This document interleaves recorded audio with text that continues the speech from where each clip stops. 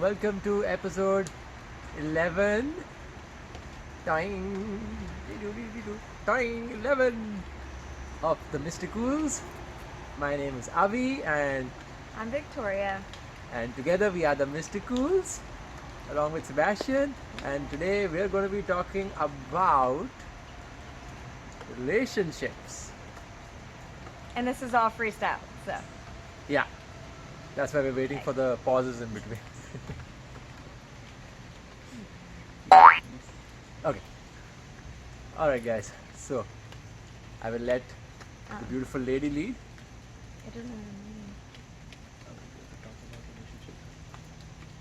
Well, relationships is kind of like being present in the moment and figuring out what works best for everybody. Like right now, like who's going to start this video, and what would be helpful is conscious communication. So maybe a little previous would be, hey, by the way, you're going to start this video. Just on the spot learning. Yeah, we decided to totally improvise this, and we didn't even cater to a lot of factors, like for example these mosquitoes biting us.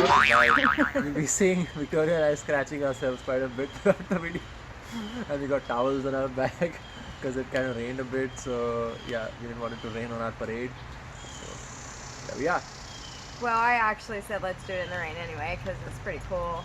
It's nice and cleansing and fun. I'm just happy to be talking in front of all you viewers and listeners out there with my wife. It feels so liberating. It's the first time we both come on the same video together. Yeah, oh my it's very God. special. Very, very special. Alright. So, relationships. It's a very, very talked about topic, and I feel like there's a lot of depth to it, and just for the purpose of this video I would just like to share some interesting insights that I found about my relationship with this beautiful woman right here you see on the screen. So yeah, I feel like conscious communication is a big part of it. What I would describe as when your head and your heart energy are balanced. So when you're talking in a way which addresses both the head and the heart, I feel that's what gets the true communication across, and a seamless inflow message is sent to the other person, and then they can reciprocate rather than having some kind of mixed signal. What would you say to that?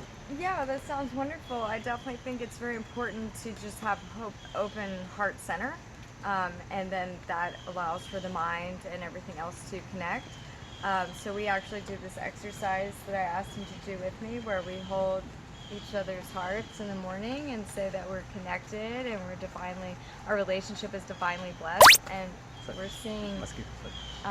seeing a lot of transition from that exercise. So that's the first way we start in the morning, trying to resist the urge to go to phones or do whatever your mind, so start with the heart instead of the mind stuff, and instead of the things you need to do, and be the love connection. So we try to do practices after that, like going outside and being together and being in devotion together and being in meditation together and just being connected before going about doing things, which I think has been epic in our relationship and really has brought us closer together in the heart center, which is so much better than trying to understand each other from the mind. A lot of conversations are like, I like this, you like this, I don't like this, you don't like, and it's not really authentic in connection. But when we see each other in oneness and in wholeness and in, true awe, essence, and openness is really coming from heart center. Yeah, and basically it's superficial. So if you keep, you're addressing each other's image rather than the true self. So when you're saying like, this is good, this is bad, now you're stuck at that level and you're never going to be able to connect deeper if you stay there. So I feel like a lot of people get into relationships with a certain image of how the partner should be rather than seeing them as they actually are. And I feel like the danger with that is that once you do that, then eventually over time in a relationship, you see it takes so much energy to maintain that image. So when you don't have that much energy in your life because other things are taking up that energy, that image starts shaking, starts cracking. Eventually that image breaks, so you just don't have enough energy to maintain it, and then you hear things in a relationship, mostly around a year mark, I guess, post honeymoon, where you hear things like, "You're not the guy I fell in love with," or "You're not the girl I fell in love with." What they're actually saying is now they are seeing the real person for who they are, not the image they thought they would be. And I feel like it's very important to connect to the real essence of each other to begin with, so that I won't say you completely sidestep that phase, but definitely you connect on a much deeper level, so that you truly accept each other's all of each other's traits rather than labeling it as good or bad. And that way your connection becomes actually wholesome and complete, rather than just like, I connect only to these 2-3 points, but I don't connect to these other 3-4 points which are under the surface, because they're going to come up. When they come up, you're going to have to either accept them, or there's going to be an energetic altercation. I think it's a lot about being authentic. We have certain expectations, or think that we need to do things, or that other things need to be done for us to feel like we're loved. We're loved if this person does this for me, buys dinner for me, takes me out on a typical ideal date, or whatever it is that your mind's eye is searching for. When in true authentic connection, you find each other's core values that you can honor and respect, and like, what is your mission here? What is your calling here? What is like moving your soul and really give you the fire? Because no matter what relationship you're in, that's going to be coming back to your center. You're going to be like, I need to go do, for example, I like to work with herbs. So a lot of it's been like, I need to get back to connecting with working with herbs. So when we got this house, working with that kind of stuff, that's a part of my core value, along with ascending in consciousness, which is something we share. But it's real important to get to the authentic you.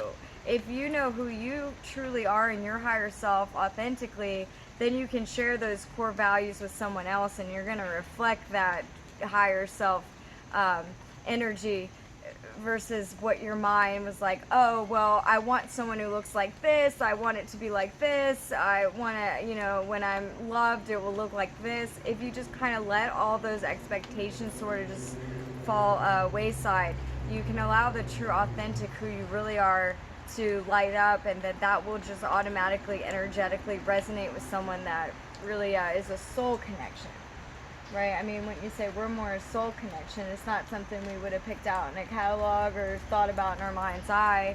Heck no. That Heck sounds no. really rough, by the way. No, I don't mean it that way.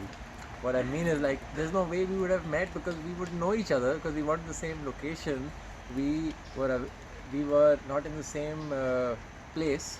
We were not at the same time near each other, time zone wise, because I came from India. Yeah, we were, though. That's the thing, because it was authentic, energetic resonance. He came and felt a calling to come to America at the same time that I had taken a path in yoga. I become a certified yoga instructor, so I've been working years on internal work and just really clearing that space and finding my own worth, and through just not, sharing that with other people, but being very much in the inner work and taking the path of yoga. And then the outside universe was like, hey, we want you to go to this place at this time, where he was at that place at that time, and the universe brought us together. But we didn't know it was going to be a relationship. Yeah, I didn't actually. As a matter of fact, I met her in the Yogaville ashram in Charlottesville, which is in Virginia, and then I was there for 3 months, and we met for 2 days. Yeah, I was there for just a weekend retreat, just like the beginning weekend retreat, like just basic, relaxation or something. My friend goes every year, and she treated me to go to kind of celebrate becoming a yoga instructor. So that was really cool, and it was just divine. It was just a high energy, like I could see his aura, and it was just like, whoa. Someone's energy is like as potent as mine, it just had a resonance to my own energy. I don't know how else to explain this, because he didn't have the same exact experience that was like super really supernatural, but we all have, we experience supernatural things in different ways. But for me, I could see his aura, and I could resonate with an energy that was similar to my own. Like very loving, very sweet, very easygoing, very flowy. I just felt this really strong connection.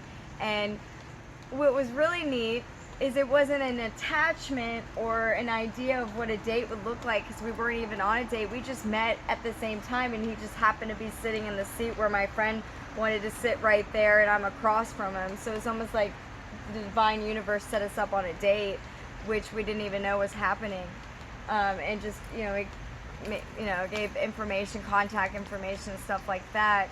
But it was later the universe again brought us back together. So these kind of supernatural, first it was just his energy resonated with me, and I just respected him for that, with no attachment. Absolutely no attachment. Just blessed him, and it was grateful to meet such a beautiful soul. Tuki, I'm very sorry to interrupt, but is that about to switch off? It seems to be on standby mode. No, You sure it'll run right through? it's running. Okay, just checking, guys. Just making sure it doesn't Can switch you off. just cut that out of the video? No, just making sure it doesn't cut off in the middle of the video. Keep it.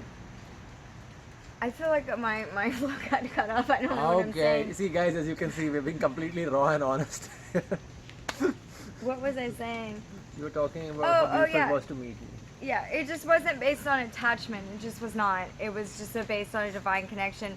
And I just added him to my devotion and just sent love and light to this beautiful soul I had met, because he was in a transitional period where he needed to kind of find a more firm foundation to his physical reality. So I just sent out love and light to his path, and no like attachment at all, thinking this is going to be something. But then later the universe again brought us back together, which was really neat.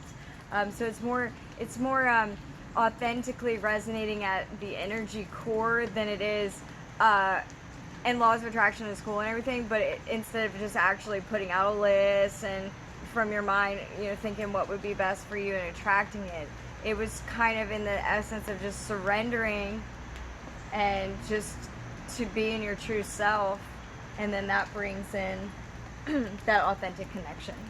Yeah, I think that's a very strong point Victoria brings out. I was also doing, I was listening to certain binaural beats for attracting a soulmate. And it's funny, it's like I was sending the signal out there to the universe. And at the time I didn't know about twin flames, which is a topic which we will cover in the upcoming videos.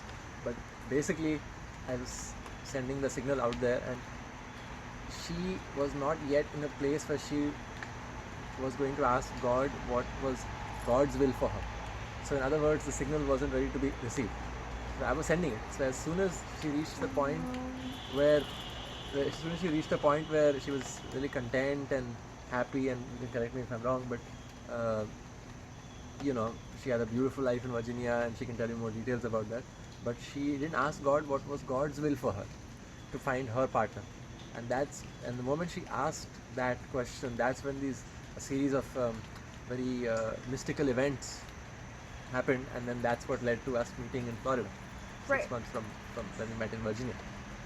Well, to be honest, I very much was wholehearted about the will of God for me. So I had taken, course to become celibate, and it was part of the yogic practice too, where you can bring in the energy up into the heart so that it's more authentic.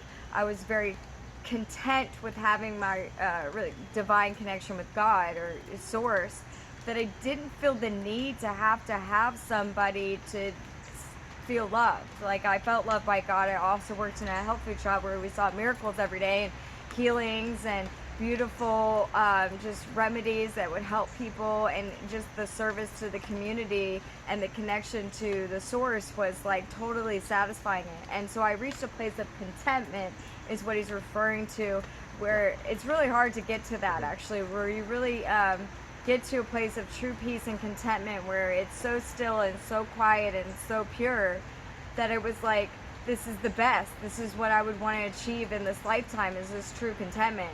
And then I was like, whoa, wait a minute. Let me not be selfish in this contentment and surrender again to God. If God had a will, also like totally, what is your purpose for me? And always surrendering that in every now. But also, if there was a purpose to be with a partner, and being open to that. And it was like 2 days and my whole life changed. Like, really serious, intense things happened where it was like boom, bam, Yeah. It was right at the ashram where he was within 2 days of that prayer, and he'd been listening to this binaural beat, I think, for a month or two. Yeah. So it didn't take too long. If you look at it from the outside, a month or two, it's really not a long time because I had a lot of stuff going on. It'd be it's supernatural stuff, and it'd be super deep, and hopefully more on the videos later. And if you're interested in the topic of ascension or ascending consciousness, definitely let us know, because I have a lot of insight and a lot of personal experience and supernatural experiences on that topic. So I had a lot of personal and not even personal, divinely connected spiritual supernatural things happening even within those couple of months. But it was just like, as far as the relationship, it was just like, okay, I surrender to that, boom, 2 days. And that's a loud calling when, you say a prayer within a couple of days, you're like in a different location with this person. Yeah, and there's, we'll definitely make a video on this at some point in future, but there's a beautiful story behind what all happened in those 2 days and how we met up. And I mean, it was, yeah, it's definitely a story worth telling your grandchildren. So. Yeah, there was intense parts, but let's just leave the magical ones to be discussed. I'm just kidding. I mean, but to be honest, in relationships comes magical, but it also comes the grounding work. It also comes the clearing, the cleansing, the purging, the triggering. Oh, yeah. And so it gets very real. And I think that's what I'm trying to say when authentic, because you're doing inner work. And as you're doing inner work, you're going to be mirror reflecting each other. So, we had different things, different cleanses come through where we were mirroring each other, triggering each other. So we have learned some amazing techniques, like this heart-to-heart technique. Really helps us to be able to hone in the heart frequency so that when a person is cleansing or clearing or triggered, we're easily coming back to that high vibrational without, because the thing with triggers is, to overcome them and to really face them and to get into the root, that's some deep inner work. So the first tendency is to maybe want to run away from it, get space from each other. This is irritating me, like, get away. But when you can sit together in it and in love and the heart frequency, it transmutes. And when it transmutes, it lifts up to a higher vibration and brings you connected closer in the relationship, which I think has just been so much fun. So the magical with the grounding work, a lot of people say honeymoon phase. Like, we didn't even have a honeymoon. We've been doing so much grounding and cleansing and clearing in the beginning phase. It's like the first day, wow, this is so magical, we've come together, and then God's like, all right, here's all the work. And it's like all this inner work was coming up immediately after that. So I feel that the magical has actually happened after the grounding foundation work, the grounding clearing of what just wasn't resonating or our ego selves were like attached to before when we were single, and when we came together there was a lot of clearing for the space to unite. And once we united, it gave space for that to clear, and as we're clearing and connecting, then it's becoming more magical. Well put. There's a saying, you can either view life as if nothing is a miracle, or you can view life as if everything is a miracle. And I've got a walking, talking miracle in my life right here. I actually joke sometimes that she is literally an angel who descended from the skies to come into my life, because we actually went skydiving together. And skydiving's fun. And 2 failed attempts. I literally tried it twice before that when I reached America. For some reason it did not work out. Once in New York and once in Florida, near Ocala. But the third time it worked out because I went with her, and it was such an amazing experience because I actually jumped. I jumped before you? Before me. I jumped before her, but I landed after her. You landed before me. No, you jumped it. I You jumped jumped after after you me and and landed landed before me. Yeah. And I was like, why are they down there before us? And the person I was jumping with was like, that's because we've just ascended a certain amount of feet. We Yeah. actually started going back up. Yeah, because and of her that weight. was- So, logically Well, it was the weight. It could be, but sometimes it's just you hit the right wind current or something. Yeah, that also. But honestly, if you're open to spontaneous divine occurrences, like it was very much a divine occurrence. And I think it was also a confirmation for him that this was, no ordinary relationship. Yeah, that's for sure. And I'll tell you one more tiny thing, guys. It's a great exercise to get out of your mind, because when you're up there and you're about to jump off, Can't think of anything. you don't have a choice. And just a quick thing. Except for breathing through it. Yeah, and I like to add a quick thing. I also had this pain in my crotch because no disrespect to the instructor, but he kind of put the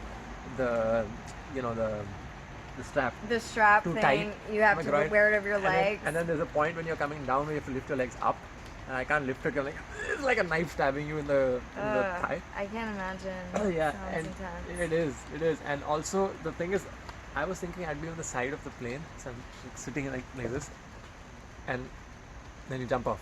What I didn't know is the instructor's behind me, so he's on the side of the plane. I'm already dangling in the air. Yeah, you got your feet just dangling, like, okay, we're about to just, oh my Come on, goodness, come on, there's come on, nothing jump. in there. And then they do a reverse somersault, so it's not even front, it's actually this way. So it's like, Yeah, it's fun though. I really enjoy it. It really gets me in the present moment. and we had a video footage of this initially, where if you look at the footage, with me and her on the GoPro, they have the GoPro cameras on the hand when they do this. So I'm more like, first I'm like this, and then I'm latching onto him like a orangutan or something, and her is the opposite. She's like this. Well, So yeah, it's it's really like, dear God, interesting just contrast. coming at center, because when you go and all that and your ear pressure and all that's off, that's like a very extreme experience. It's not one of my favorite of skydiving, I'll be honest with you. That part's good if like you're just getting out of your head because you're like, I mean, you can't even be in your head. Your face is like flying and flapping you, and so it just keeps you present. But when we get to that center part where they pull the parachute, everything is still. It is like the essence of stillness. You really feel like, whoa, and then you can see a higher perspective. Literally, you're above the trees looking down at how things look in a different perspective. It seems so big when you're there. It's almost like us looking down at an ant farm or something. It seems real small, but to them, that's a big world going on. So you kind of see things in a different perspective, and it's very still, and I love that. That's my favorite part. And then you can also, if you're with somebody, you can actually hear what they're saying. So we're having a great conversation, and he's like, do you like spinning? I'm like, I love spinning, I dance. So he's spinning me, I'm getting butterflies, I'm enjoying stillness, all at the same time. So to have butterflies and stillness at the same time is a really amazing experience. Oh, I loved it, especially, and it became so much sweeter because I was with her, honest to God. One thing I will just caution people who are about to take it, definitely go for the 15,000 foot instead of 18, because the additional 3,000 feet adds that noise in your ears, starts hurting in the ears, and I don't honestly, care for it. yeah, it's not worth it. Better to go at 15. That's just my suggestion. Anyways, The yes. first time I went at 15 with a friend, she waited like 3 years for me, and it was like a perfect cloud, perfect moment. I have a whole video on it, Be In Your Now. Yeah, if you guys are interested in Be In Your Now, that video is right up here. You just click on the link right here, and it'll take you to that video. Be In Your Now. I believe it was the second video. Yeah, and just how skydiving brings you into your present. And if I may, But I didn't feel the ear stuff on the 15,000, but with the 18, it's a huge difference. Like, I was like pained for hours later in my ears, so it's a huge difference. Yeah, I'm sorry to interrupt, No, but no, go ahead. and just one more tiny point to add there regarding Be In Your Now. In the 9th episode, which is over here, if you guys are interested to connect to it, the link is right here. Victoria also is talking about first be, then do. So I just wanted to add something which I experienced in my own life, taking this into my life. I noticed that a lot of us immediately do first. So what I realized is, by default, if you are doing first without setting the being state, you're automatically, whether you know it or not, whether you're conscious of it or not, you're automatically setting the being state as fear instead of love.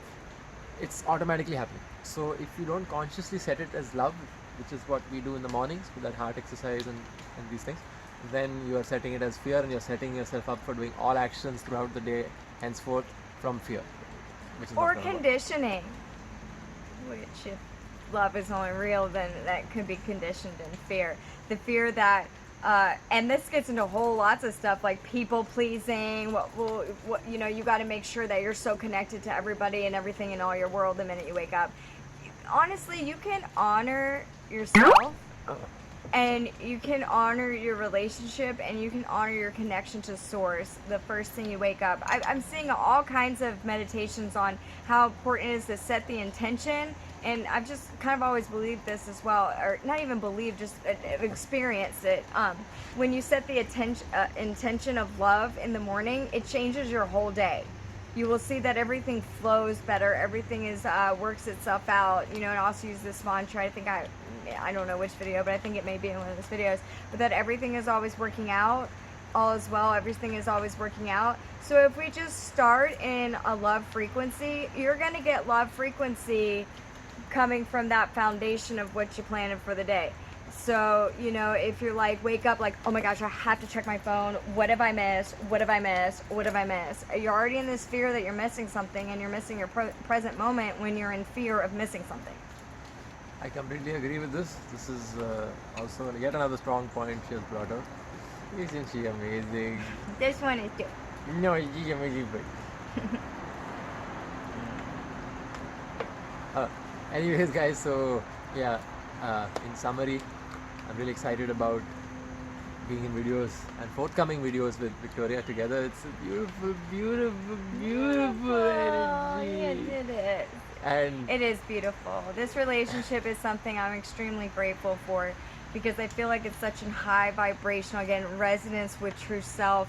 And, you know, there's this term twin flame, soulmate, you know, besides all the definitions, the energy that we bring together, it's like I was saying, his aura is huge by himself, mine's huge by myself, and not to sound arrogant, but he actually does aura scanning, and we've actually had our aura scan, so we know that it at least resonates at more than average, above average. So, but my point here is not to brag about our auras or anything like that. To say that what I find in such an like childlike state, I'm like, our relationship with two very strong auras come together, make one huge aura that helps the world. You know, we radiate that love energy, and that just goes out into the universe. So anytime that you're being loved, your energy is vibrating at a higher frequency, your aura is getting stronger, and you're actually helping the universe. I had a hard time with this until this beautiful soul in my life that opened opportunities for me to add more self-care and understand that loving myself is not being selfish. It's not being selfish, it's actually helping the whole world, because when I'm in a better space where, you know, self-care is there, I'm able to love him more, I'm able to love my son more, I'm able to love the world more. And same with anyone, if you just take that little bit of space and a little bit of care you need, it brings the together energy so much stronger. So when you work on your energy being strong, the other person works on their energy being strong by resonating in authentic, true, higher self energy, together you become stronger. That's why unity is such a beautiful experience. Interconnectedness versus it being independent all the time. It actually feels, which is fine if you're single too. You can still radiate your frequency being single and draw in all kinds of amazing experiences and help the world in so many ways. Either way, but if you're in a relationship, if you build that unity together, it really just sends out more love, and it's an amazing thing. I feel it's just to put this point in summary for this video, in closing, I would just add that it's a beautiful process in a relationship, because if you look at the other as a mirror who's bringing out, not causing but triggering the stuff in you to come up which needs to be cleared. It's a beautiful journey, because beautiful. It's a beautiful. I got it from an empath video where it's like a lot of time empaths are like, oh, it's such a burden, they're so sensitive, but it's like, no, it's not. It's a beautiful, beautiful, beautiful gift. Yes, it is. So I just think, in summary, this learning together and evolving together is so beautiful, because then you're so grateful to have someone who can show you those things which need to be improved, because I assure you it's a lot tougher as a single person. I'm not saying it's impossible, but it's definitely a lot tougher, because the ego is very sneaky. It's not going to let you see the things which you need to be improved in, because the ego is basically putting up the self-image of me always being right. Everyone thinks they're right, you see. So that's why it's so beautiful to be in a relationship and allowing each other to grow and evolve together. In summary, for this video, I would just say I'm really grateful to be with this beautiful one. You're going to see both of us in upcoming videos as well. In the meanwhile, don't forget to like, share, comment and subscribe on this video if it appealed to you, appeal to your higher nature, and we'll definitely be back with more videos. And then Take care. just want to say one thing on what you just said, okay? Yeah, pause. Being uncomfortable is okay. It's okay to embrace that, because embrace being uncomfortable. Like, say it's, you know, like you said, the ego is really tricky. So by yourself, it's easier to be comfortable and do things that work for you or work for your mind. But when you come together, those things are exposed. And so it can be uncomfortable. But when you take the courageous step into unifying and something uncomfortable comes up, it's an opportunity for growth. That means you're growing, right? Yeah. We grow and we're uncomfortable. We raise our frequency in that. And also when we're blissful and loving. But I mean, there are stepping stones and there are sometimes uncomfortableness. So thank you so much for being here and listening to us. But I just wanted to add a little bit on there with the... Yeah, of course, I agree. And yeah, but you can still do it being single. yeah. Because you'll have work colleagues, friends, family, all mirroring things for you. So it's very possible to take a spiritual path. Yeah. Either way. Whatever works for you. This is definitely working for us. So we're going to make sure that these videos, we're going to work for you and make sure these videos come out for you to see in the coming days and weeks. So in the meanwhile, thank you so much, guys. Blessings. Blessings. Namaste. Namaste. See you guys. Bye. Embrace love.